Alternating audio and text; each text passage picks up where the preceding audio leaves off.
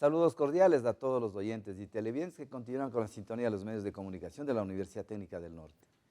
Soy Julio Miguel Andrade, voy a conducir este programa. Vamos a hablar de un tema interesante, que es la programación neurolingüística. Esta mañana nos visita Anita Vinuesa, ella es directora de su centro holístico SER. Anita, buenos días. Buenos días. Y yo quisiera, para empezar el programa, hablar de... Se hablaba de comunicación neurolingüística, son tres términos: comunicación neurolingüística, comunicación, cerebro y la palabra, o es programación neurolingüística. ¿Cómo es la historia? Es programación neurolingüística, pero justamente se dirige principalmente a lo que es la comunicación asertiva, la inteligencia emocional y el desarrollo del potencial del ser humano. Para esto me gustaría un poquito hablar de lo que son los antecedentes históricos. En la década de los 70, John Grinder y Richard Bandler, que son americanos los dos, son los creadores de esta estructura de modelado, pero ellos lo que empezaron a hacer es a observar a 13 personas que eran exitosas en su trabajo. Los tres eran terapeutas, y son Virginia Satir, Fritz Perls y Milton Erickson, que él era un hipnoterapeuta. Entonces ellos empezaron a observarles cuál era su método para ser exitosos tanto en sus terapias como en su vida personal.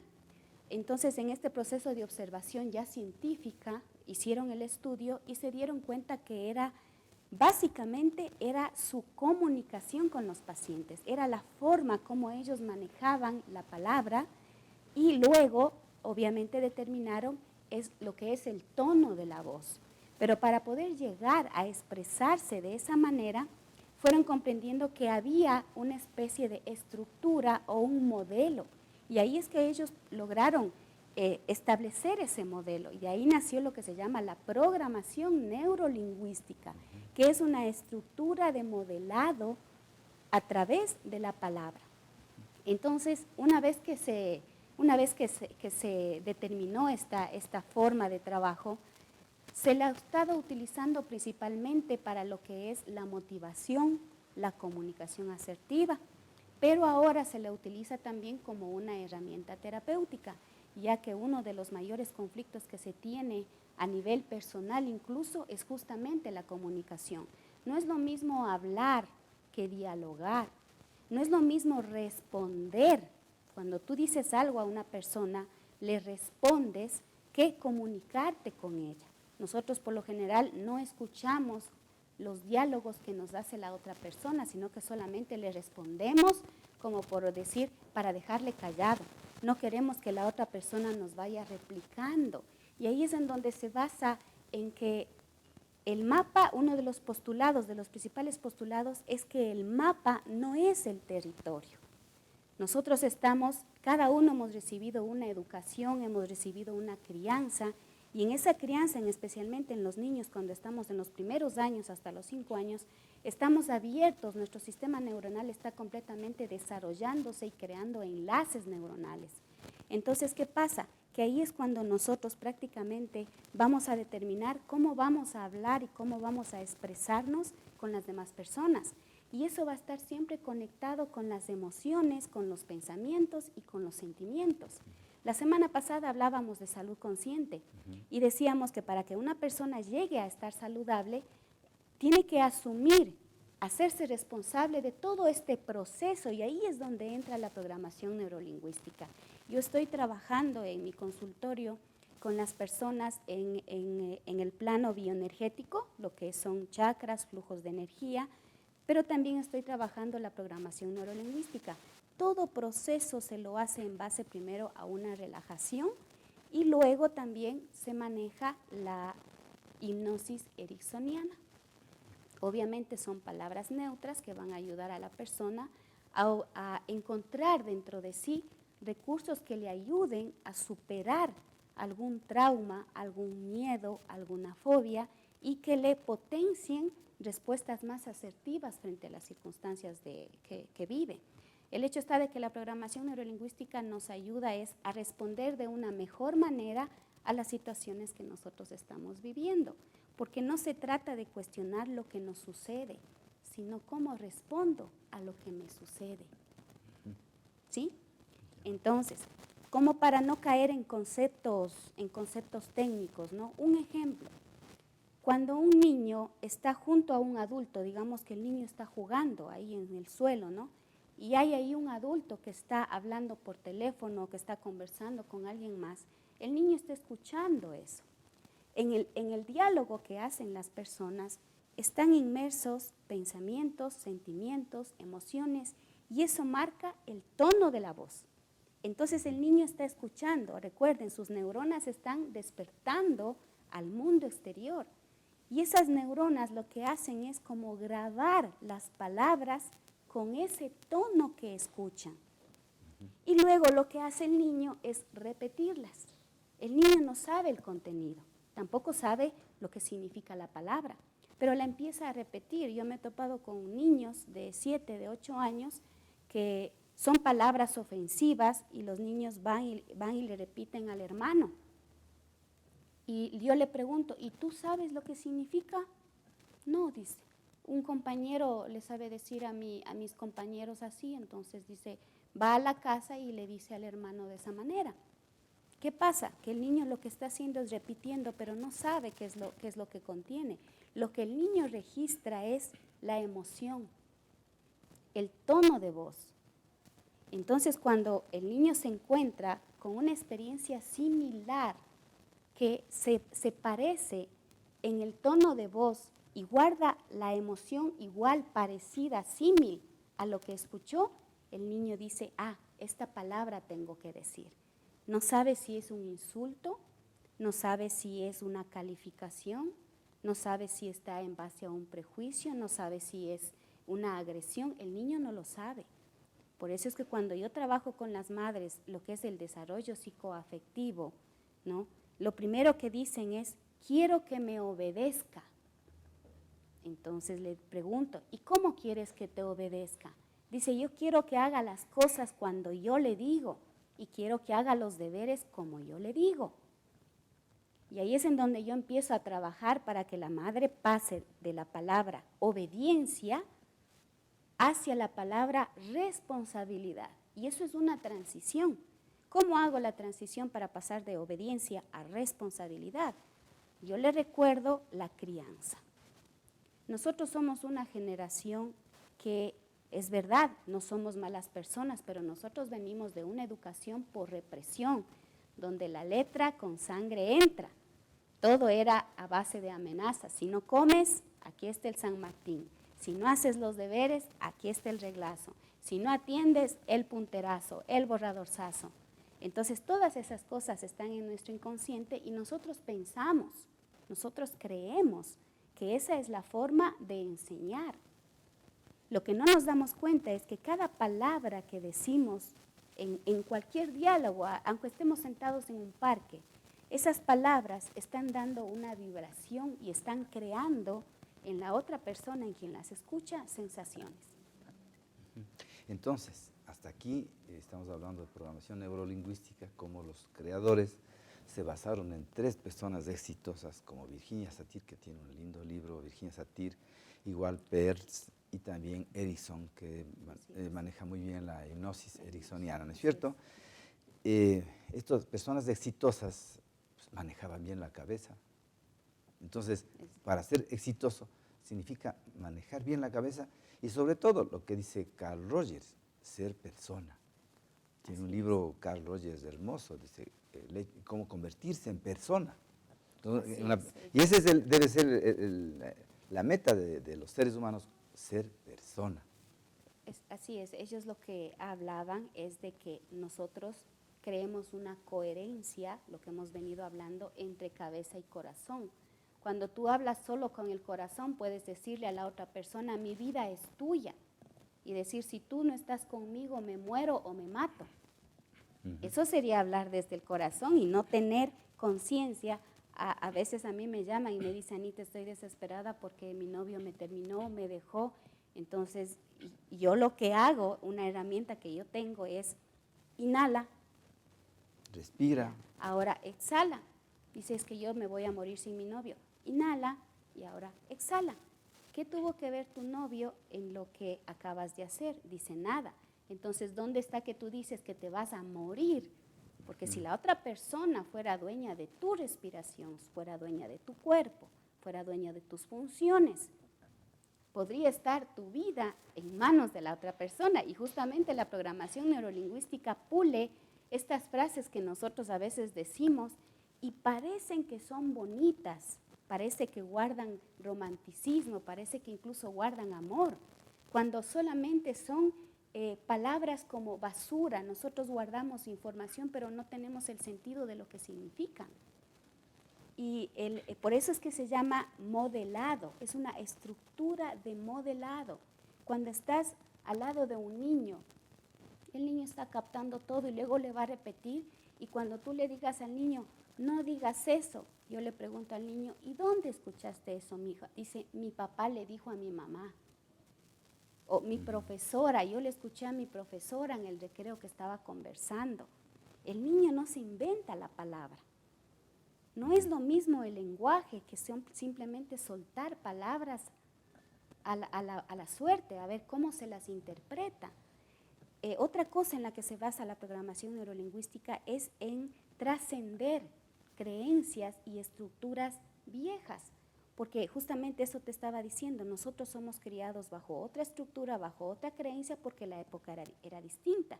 Pero nosotros ahora estamos fallando con la crianza de nuestros hijos, es porque queremos criarles a nuestros hijos con estructuras antiguas, basados en creencias que ni siquiera nosotros hemos comprobado que son reales. Esto mismo de pasar de la obediencia a la responsabilidad, de disciplinar con amor, y no con autoritarismo, de no caer en eso de me obedeces y punto. Esa parte, esa transición es en donde trabaja la programación neurolingüística. Cuando la mamá le dice al niño, ¿y cómo te fue? ¿Qué pasó? ¿No te peleaste con ningún niño? ¿No me mandó tu profesora ninguna nota? Pero no le pregunta al niño, ¿cómo estás? ¿Cómo se siente? ¿Cómo te sientes? Entonces el niño comienza a evitar la conversación con la madre, pasa de largo. Y si la mamá insiste, ¿qué tiene que hacer? La herramienta, ¿no? Enojarse. Dice, pero es que no me cuenta nada, me contesta mal, no quiere comer. Le digo, porque si tú llegas a tu casa y te preguntan, ¿cómo te fue? ¿No me mandaron una nota? Igual nosotros a veces a los esposos, ¿ya te pagaron? No es cómo estás, cómo te sientes, para que la otra persona haga un contacto con él y diga, estoy cansado, perfecto, ven. Siéntate, descansa, te paso un café. Entonces es como una comunicación, no es una comunicación, digamos, manipuladora, es una comunicación más humana, lo que tú dices, o sea, comunicarnos como seres humanos. No es comunicarnos de una forma que, a ver al otro, ¿qué interpreta lo que yo acabo de decir? Cuando decimos, espérame un minutito y hacemos esperar 10 minutos. O por ejemplo, tú llamas a un lugar y te dicen, déjeme su número de teléfono, déjeme sus datos y yo le llamo en 10 minutos y no te llaman nunca. ¿Qué pasa? Esa persona no es responsable de sus palabras y esto de me olvidé no cabe.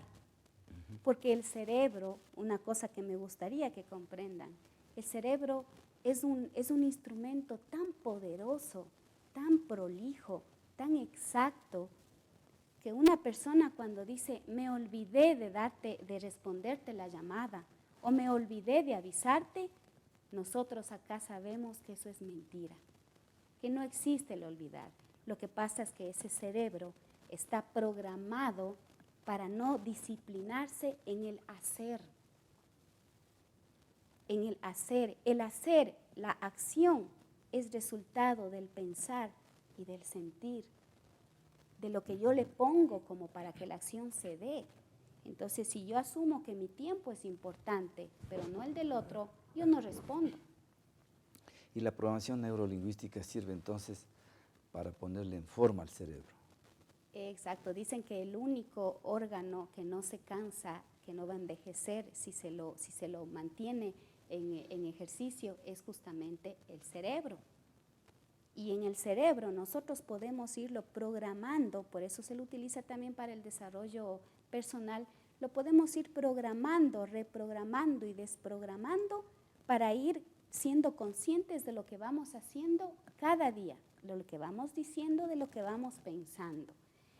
Ahí es donde entran lo que se llaman los sistemas representacionales, que nosotros lo que hacemos es trabajar el visual, el kinestésico y el auditivo. Básicamente esos son los tres canales. Cuando una persona trata de comunicarse con la otra, una persona visual trata de comunicarse con una persona auditiva, va a haber conflicto. Entonces, con la programación neurolingüística nosotros aprendemos de que si la otra persona es auditiva y que yo soy visual, pero yo quiero llegar a la otra persona, yo no voy a decirle a esa persona, mira, te muestro. Mi lenguaje con esa persona va a ser, escúchame, te escucho. Cuando la persona hable, la persona auditiva necesita que le ratifiquen, sí, te estoy escuchando. En el teléfono, ajá, sí, ok. O por ejemplo, en un mensaje, ya te escuché, sí voy a ir. Necesitamos esa ratificación auditiva. En cambio, la persona visual necesita ver, necesita que le muestren, es que tiene memoria más fotográfica. Y la persona, en cambio, kinestésica es la del sentir.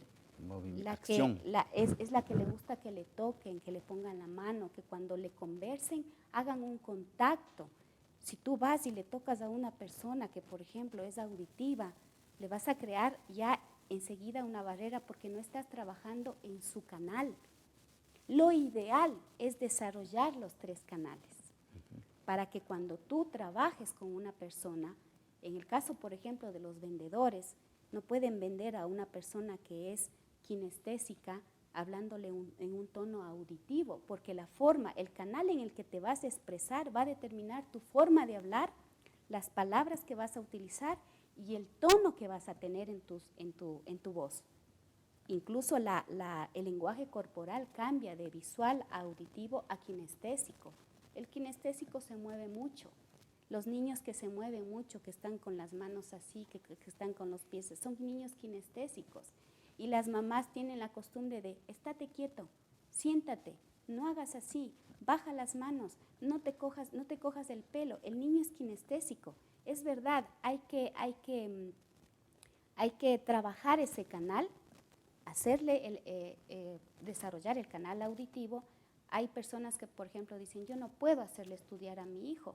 Y yo me doy cuenta cuando hago la terapia que el niño es auditivo. Entonces le digo, mira, cuando el niño te diga que no entiende algo, que no puede hacer un deber, léele. Tú léele la tarea. O si no, puedes hacer esto, grábale la lección. Grábale en el celular, haz que lea, grábale y luego hazle escuchar.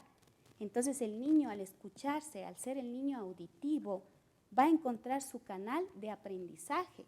Porque otra de las herramientas de la programación neurolingüística justamente es los trastornos de aprendizaje. Porque si la profesora habla solamente en tono kinestésico, o solo en tono auditivo, o solo en tono visual, ¿qué va a pasar? Que hay niños que se van a quedar con huecos en su cabecita.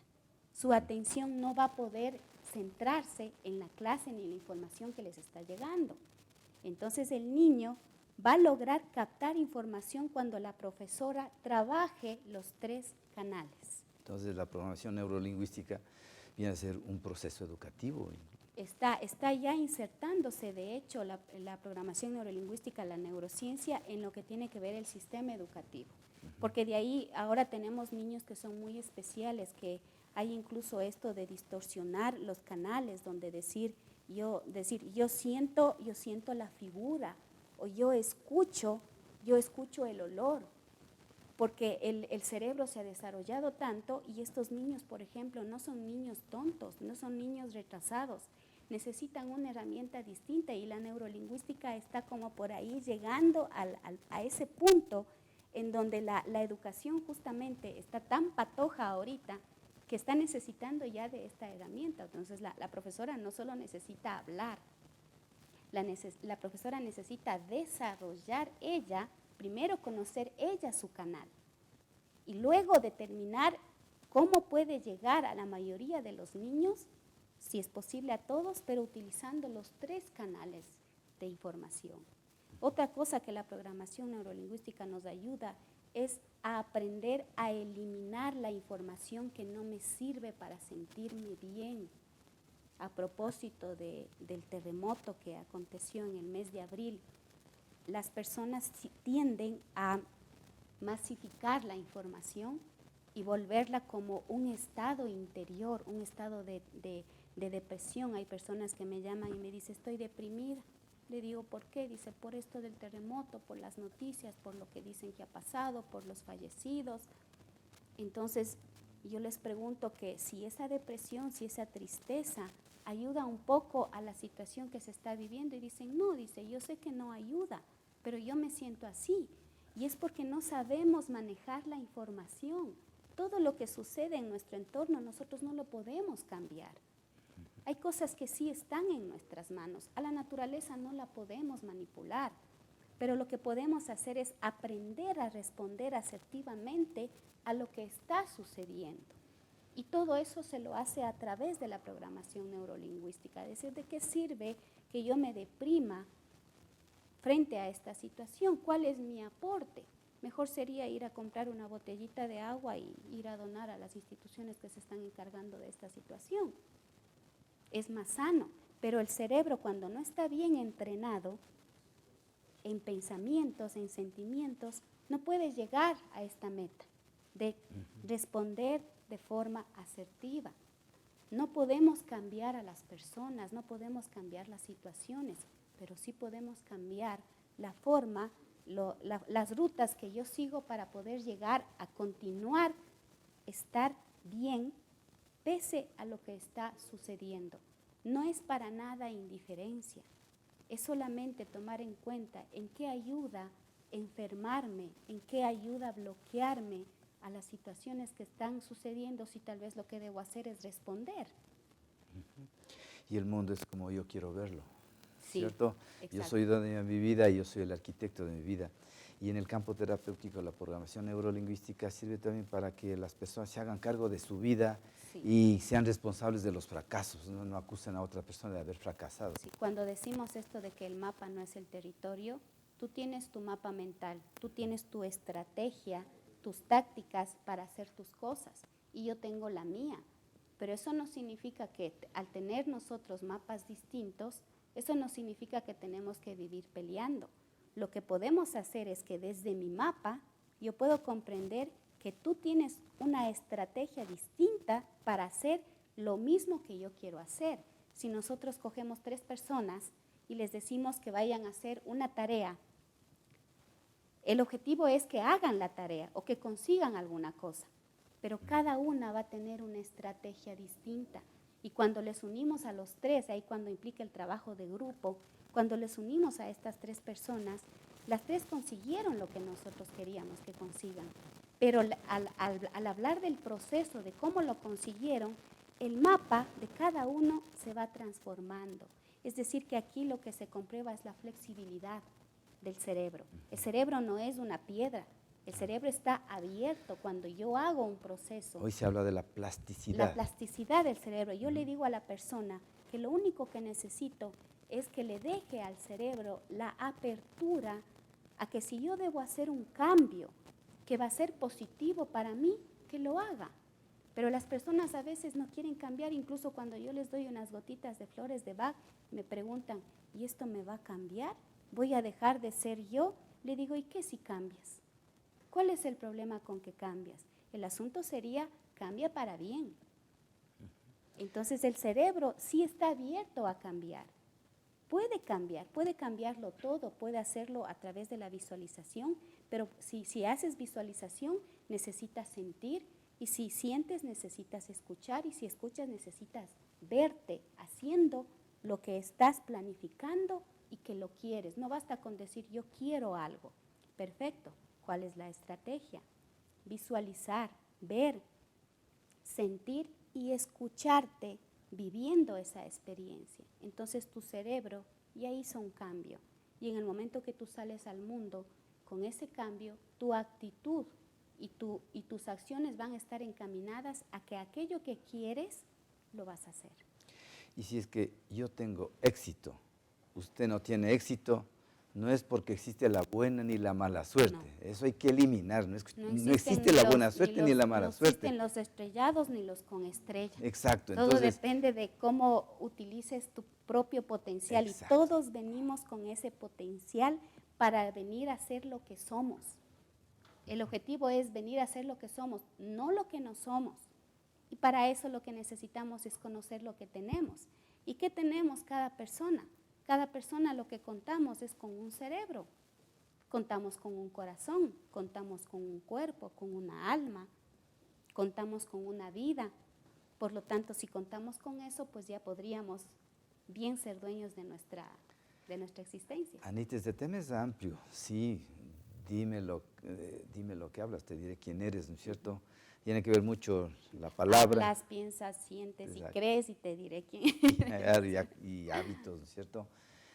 Cuida lo que piensas, porque esos pensamientos se transforman en palabras, y esas palabras se transforman en acciones, y esas acciones se hacen hábitos. Sí, la palabra crea, definitivamente. Anita, muchas gracias.